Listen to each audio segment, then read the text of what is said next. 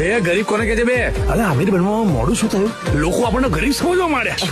ભટકેલાને રાહ બતાવે એ ભગવાન અને ભટકેલાને વધુ ભટકાવે એ ભાઈબંધ. 30 લાખ ભેગા કરવા તમારી મદદ જોઈશે. બે 30 લાખ રૂપિયા નથી જોઈતા, એને ભેગા કરવા માટે તમારી મદદ જોઈએ છે. આજો પાછા. લોકો કહે ખરાબ ટોળે પૈસા કોમયા